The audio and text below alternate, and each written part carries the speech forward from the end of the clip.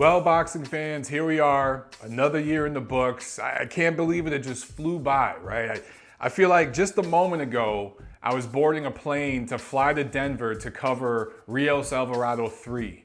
That was back in January, and I remember thinking as I was flying out there, that was the first fight of the year I covered, and just thinking man, what does this year have in store?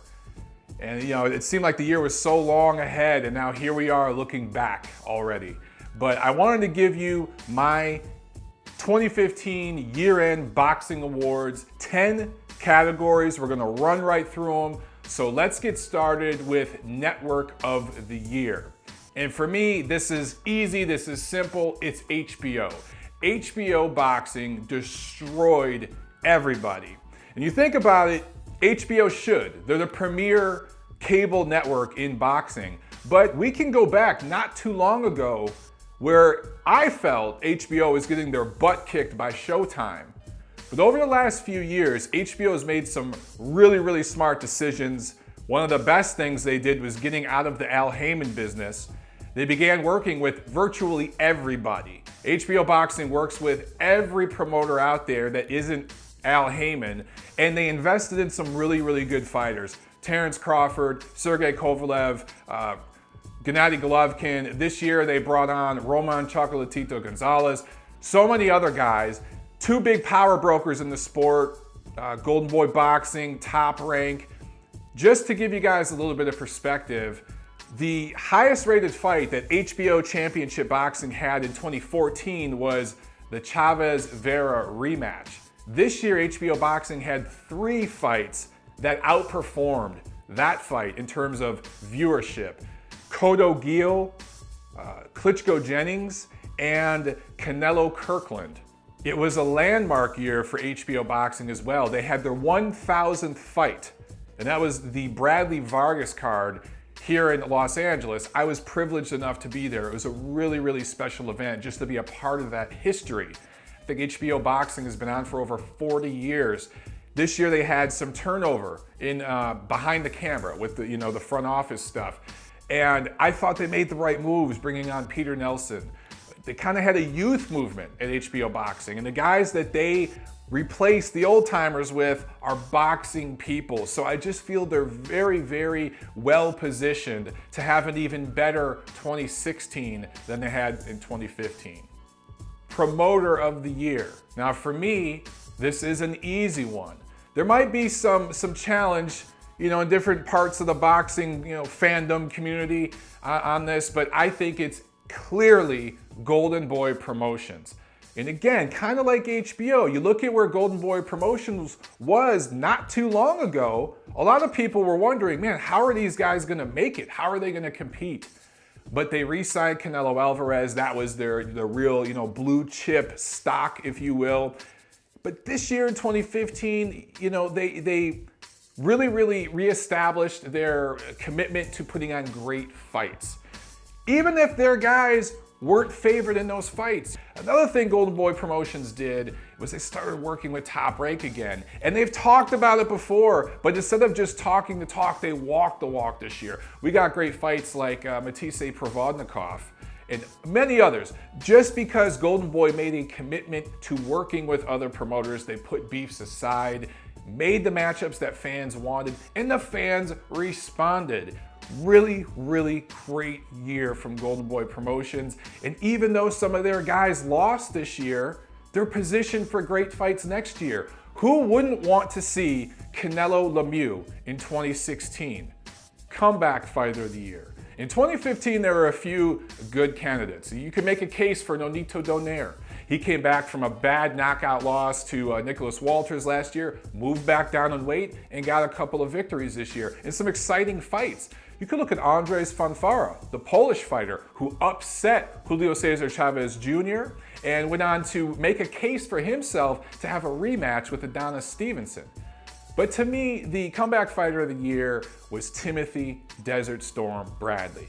You go back to 2014, he took a clear decision loss to Pacquiao, even more decisive loss than he took in the first fight. And then he had a controversial draw with Diego Chavez. That was a foul-filled affair, and many people feel that Bradley deserved the nod in that fight. And some wondered if he got a draw in that fight, kind of like as the universe making everything right with the first Pacquiao bout, where many people feel that Pacquiao got robbed and Bradley got the victory. So it was a rough 2014 for Bradley. But this year, 2 great wins. One over undefeated Jesse Vargas, and then he essentially ended Brandon Rios' career, started working with Teddy Atlas, put a really, really exciting, complete performance, perhaps the most complete performance of his career against Brandon Bam Bam Rios, and knocked him out. Timothy Bradley doesn't do that. And he set himself up for a big, big fight in 2016. Possibly he gets a quote-unquote rubber match with Pacquiao, which many fans won't be excited about, but you know, he's in the running for that kind of thing.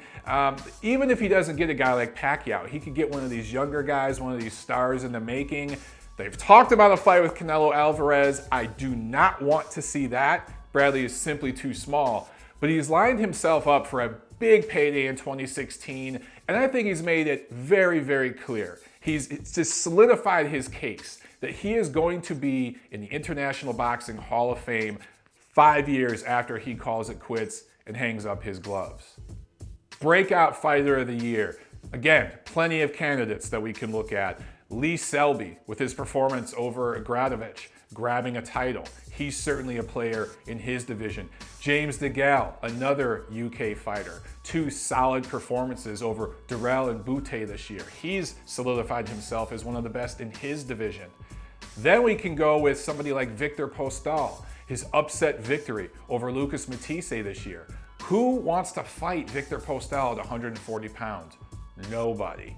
So I like all 3 of those guys, but one that really, really stands out to me is Luis Ortiz, the Cuban southpaw heavyweight, who we had heard about this guy. We know he had a great amateur background. We know he's looked really, really good against limited opposition. But just this month, he stepped up and fought Bryant Jennings, who had solidified himself as a real player and a tough out for anybody in the heavyweight division with his performance against Vladimir Klitschko, then the heavyweight champion earlier this year. Luis Ortiz bombed him out of there. Jennings has never been knocked out in a fight. He has one of the better chins in the heavyweight division right now. Ortiz solidified himself as a major, major player in the heavyweight division right now. And you know, you go back a year ago, many boxing fans just didn't know who this guy was. Only diehard boxing fans did. He's put himself on the map. A great performance on the Triple G Lemieux undercard, but that was pay-per-view, right? This last fight against Jennings was on regular HBO Championship Boxing. He looked great. He introduced himself to the masses, and he set himself up for a very significant fight next year. Biggest disappointment of 2015. Now, unfortunately, I have a laundry list here. I actually wrote down a list. I need help because there's so many names here. Let's start with Top Rank though. Most disappointing performance from a promoter, I felt, from a big, big promoter. Top Rank just had an off year. You look at some of their big top fighters like Nicholas Walters, Terrence Crawford, Sergey Kovalev. These guys had lackluster years. Even Vasyl Lomachenko, who looked great in his performances, he fought 2 guys that we really didn't care about, right? Really, really disappointing year for Top Rank. Their only bright spot was Timothy Bradley. But you look at the list of fighters who just didn't fight this year. Amir Khan. Where was he? He had 1 fight this year against Chris Algieri. You look at a lot of Al Haymon fighters. Adonis Stevenson, Keith Thurman, Danny Garcia. Where are these guys? They're just not fighting in significant fights, and several of them are showing their frustration. Keith Thurman especially. You could tell one time is very, very frustrated with his current situation. But Saddam Ali, he fought once this year. He fought on the Klitschko Jennings undercard. Where did he go? Demetrius Andrade, what happened to him? I thought he was one of the best blue chip prospects in boxing. He's disappeared. Guillermo Rigondeaux. Now, he had some contractual issues. He finally got it back on track, but on that Cotto-Canelo undercard, he stunk out the joint. Kell Brook, he had a great 2014. He was the breakout fighter last year. What happened to him? The Japanese fighter, Naoya Inoue. Now, he had an injury. He has a fight coming up at the very end of this year. Hopefully he can get back on track in 2016, but he had a rather disappointing year. But to me, by far and away, the most disappointing part of 2015 was Mayweather-Pacquiao. Now, I know a lot of you are groaning right now because you're like, oh, let it go, Montero, let it go. Look, I don't think you guys understand. Boxing only gets on the mainstream platform once or twice a generation. And this was the mega fight of all mega fights because it was the first mega fight in the information age, in the smartphone era, in the Twitter sphere, right? That's how a fight that would have done 1, maybe 2 million a decade ago did over 4 million now because everything's bigger and badder than ever before. And it stunk. And it wasn't just the main event. The undercard stunk. The entire promotion stunk. The hardcore boxing press, which really did the majority of the legwork to building that fight over years into what it was all pretty much told to go F itself. And only a handful were allowed into that event. It was mainstream press only. It was people covering that fight that don't ever talk about boxing, right? So just top to bottom, it was a major, major disappointment. And I think it's gonna have effects on the pay-per-view model in boxing for years to come and boxing's image in the mainstream. And I'll tell you this, as long as Floyd Mayweather and Manny Pacquiao stick around, they are doing more to hurt boxing at this point than help it. Here's to hoping. My New Year's wish for 2016 is that it's the last year we see both of those men. They can ride off into the sunset, Hall of Fame careers, all-time great type of careers, but their time has passed. They got their money. Let's all move on. 2015 upset of the year. Now, there are a few candidates here that we could talk about. I'm Not Runway, who decisioned Zhou Shiming, who was undefeated at the time. Now, as far as skills, as far as boxing craft and ability, this wasn't an upset. But it was an upset that this fight happened in China. A guy like Shiming, who 300 million people would tune in and watch this guy's fights, and they were 4-rounders. And the right guy got the decision. I think that it shows that, boxing judges do get it right the majority of the time. And to me, it was an upset in and of itself that the right guy got the decision and that Shiming, who is this massive cash cow to the sport of boxing and is literally building a boxing universe over there in China, took an L. Very, very surprising. Another one for me was Danny Jacobs beating Peter Quillen. Now, it wasn't that Jacobs won. Many favored Jacobs. Even people who favored Quillen thought it was going to be a tough fight for Quillen, myself included. But first round knockout, devastating first round knockout, essentially ending Peter Quillen's career as a top tier middleweight. He's going to have to move up to super middleweight now to save face. That was an upset. But obviously, the choice is clear for upset of the year, and that's Tyson Fury's victory over long-reigning, all-time great heavyweight champ, Vladimir Klitschko. Let me make it clear, this fight sucked. Both fighters stunk out the joint. It's just that Tyson Fury stunk it out just a little bit less. And Fury didn't care about that. All Fury needed to worry about was getting the victory. And he essentially nullified what Vladimir Klitschko likes to do. And Vladimir Klitschko either couldn't or wouldn't make the adjustments necessary to win that fight. These two are going to rematch next year. I'm interested. If they put the fight on in the O2 Arena in London or something like that, it's going to do a massive crowd. Even if they do it in Germany, it's going to be a big success. We're going to see just how real Tyson Fury is when they do this rematch. And we're going to see just how great Vladimir Klitschko is when they do this rematch. But it is clear that Tyson Fury totally blew up the heavyweight decision with this victory. That is clearly the upset of the year. Prospect of the year. Boxing is in good shape, everybody. We have a lot of prospects from every corner of the earth in every division right now. And that class of 2012 from the Olympics, and guys that maybe didn't go to the Olympics but went pro around the same time, they're starting to really turn over. Some of them are becoming contenders now. Some of them are making it clear that they're right on the cusp. And I have a list. This is another one where I need my notes to help out, but we could start with cruiserweight division. Alexander Usyk, 9-0, right? And he was a great amateur. Oscar Valdez, fights between 126 and 130. He'll settle at featherweight for a while, 18-0. Joseph Parker, the heavyweight, 17-0. He's out of New Zealand. Arthur Beterbiev, light heavyweight, 9-0. Of course, Errol Spence, 19-0. He's a welterweight. Anthony Joshua, 15-0 as a heavyweight, and he really looks like he could be something special. But I'll tell you, I'm gonna upset the apple cart, and I'm gonna go with Joseph Diaz Jr. He fights generally between 122, 126. He, to me, is a mini-me of Oscar De La Hoya.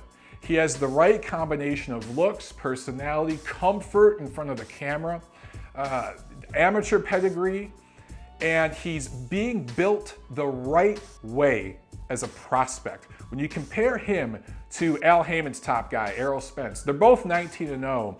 But look, Diaz fought 7 fights in 2013, 6 fights in 2014, 5 fights this year. He's being matched in such a way and staying busy in fights that are, he's not a big knockout puncher like Errol Spence, but Diaz is having to learn on the job. And I was ringside for several of Diaz's fights this year. He does a lot of them at the LA fight clubs in downtown Los Angeles. And you see things he's working on. You see things they're working on in the gym, and then he utilizes it in these fights. And I just saw him making several little adjustments, several little bumps, several little notches up in his game this year.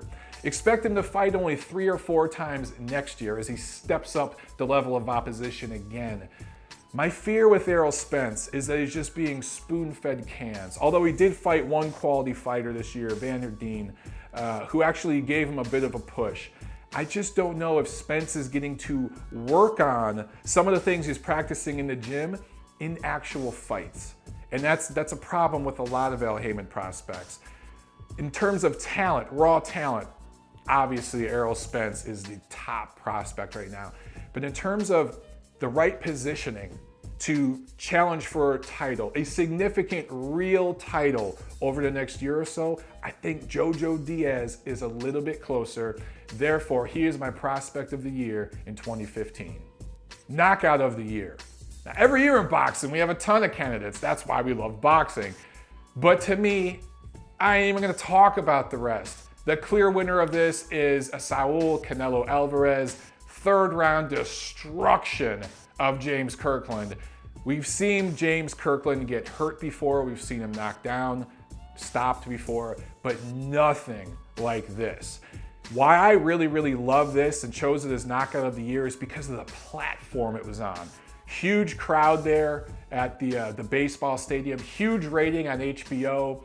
The knockout was in slow motion. There was a cameraman right on it.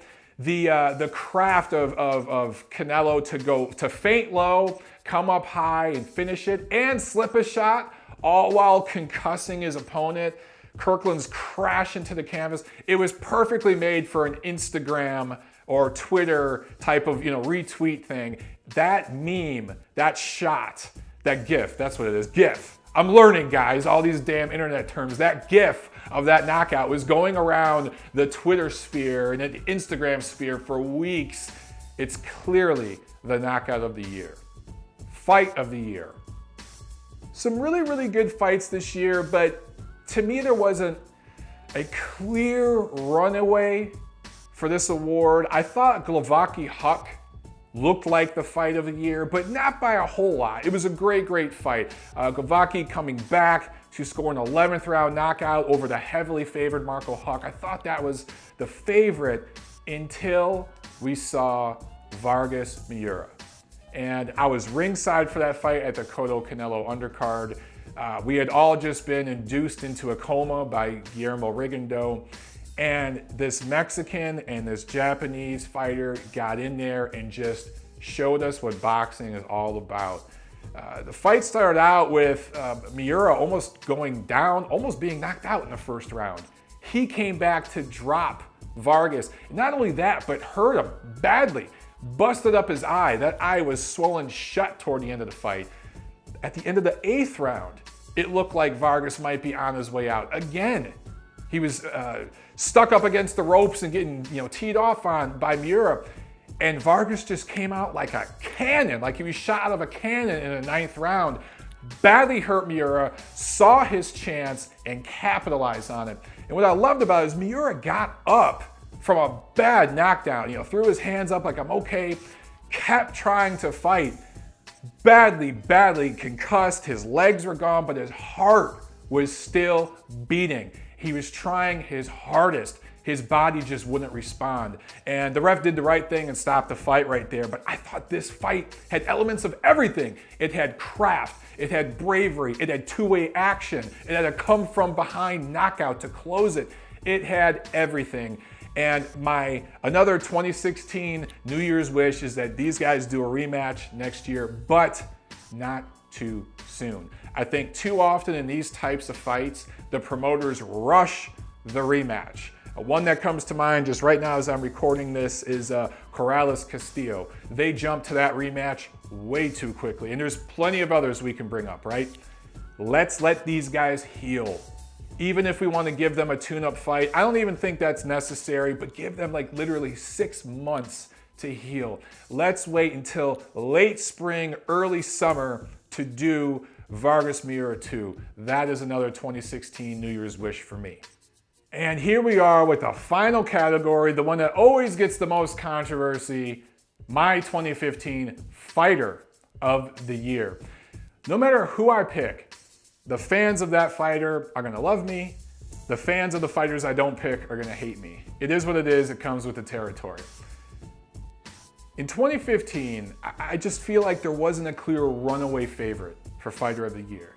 Most years, there's a guy who it's pretty obvious, right? You go back to last year, 2014, Terrence Crawford. He was clearly the Fighter of the Year last year. This year, I don't know. I mean, there's gonna be some people out there who say Tyson Fury deserves it for his upset of Vladimir Klitschko. I say, no way. One performance doesn't equal Fighter of the Year. He's not. There's gonna be some people who say Timothy Bradley might deserve it. And I think you can make a case for Bradley. I think he's done a great job this year, but he's not a Fighter of the Year. It wasn't that type of year for him. Some might say Floyd Mayweather. A lot are gonna say Floyd Mayweather. In fact, I think that Floyd Mayweather is gonna win Fighter of the Year with all the mainstream publications like Sports Illustrated and ESPN, and basically the guys who don't know shit about boxing, right? He's gonna win awards with those folks. But his win over Manny Pacquiao was not fought on even terms. It was fought illegally. WADA protocol was broken. Pacquiao is a faded shell of what he used to be. He was apparently injured in that fight. The fight sucked. I just don't think it warrants Fighter of the Year consideration. I don't care how much money it made. The scope of the event and the amount of money it made doesn't equal Fighter of the Year. And then to follow that up with a fight against Andre Berto and to lie to everyone and say that that's the last fight of your career when it's clearly not, and to charge them $80 for it, no. Floyd was not the Fighter of the Year. Some of you out there may say that Canelo Alvarez deserves it. And look, Canelo Alvarez had the highest rated non-pay-per-view premium cable fight of the year against James Kirkland. That fight, I think, is clearly the knockout of the year. I think he fought in the biggest boxing event of the year. Screw Mayweather-Pacquiao. I think Cotto-Canelo was the real hardcore fight fans event of the year, and Canelo won that. So you can make a case for Canelo Alvarez, but again, to me, it just wasn't enough, all right? Beating Kirkland and a faded Miguel Cotto does not warrant Fighter of the Year consideration. For me, it comes down to two candidates that just the eye test and plus what they accomplished this year, the dominance, they're just above the pack. They're ahead of the pack. And that for me is Roman Chocolatito Gonzalez and Gennady Triple G Golovkin. To me, those are the two top fighters of this year. And I keep going back and forth with who did more, right? Here's the thing. Both of these guys scored nothing but knockouts this year. They both fought top 10 division talent and dominated, right? But to me, Gennady Golovkin just did a little bit more. In beating Martin Murray this year, Martin Murray's a guy that many feel was flat out robbed against Felix Sturm a few years ago in a title fight. And many people feel he should have got the nod against Sergio Martinez in Argentina a couple years back when they fought for the legitimate middleweight championship. And that was when Sergio Martinez was still considered a pound for pound elite level fighter, a special fighter. Murray could have come into this fight against Golovkin as the lineal middleweight champion in many people's eyes. And Golovkin just destroyed him, won every minute of every round. We've seen Murray lose fights before, obviously, and he's gone on to lose fights afterwards. It appears his career is, going downhill, but to be dominated the way he was and just beat up by Golovkin, it was almost a career-ending type of loss for Murray. Then, to close out the year, Golovkin beats David Lemieux, who again, nobody's calling David Lemieux the second coming of Marvin Hagler or Bernard Hopkins or something, but he's a top 5 middleweight. He's proven himself to be an improved fighter from the guy who took some early losses and is a legitimate top middleweight contender. Came in with a title, and again, Golovkin just bulldozed him. We've seen Lemieux lose before, not like this. Golovkin has set himself apart as the top guy in the middleweight division, especially if you look at how recent middleweight fights between Danny Jacobs and Peter Quillen have gone, Andy Lee and Billy Joe Saunders, right? These guys are all just kind of trading titles and barely scraping by each other, and Golovkin's just destroying them all. He's really the 21st century version of Marvin Hagler, in my opinion. He's built the same way, same frame, same fighter mentality. He's old school, and he set himself up for a possible fight with Canelo Alvarez late next year. That's what the promoters are saying. I don't think it's going to happen until early 2017, May of 2017.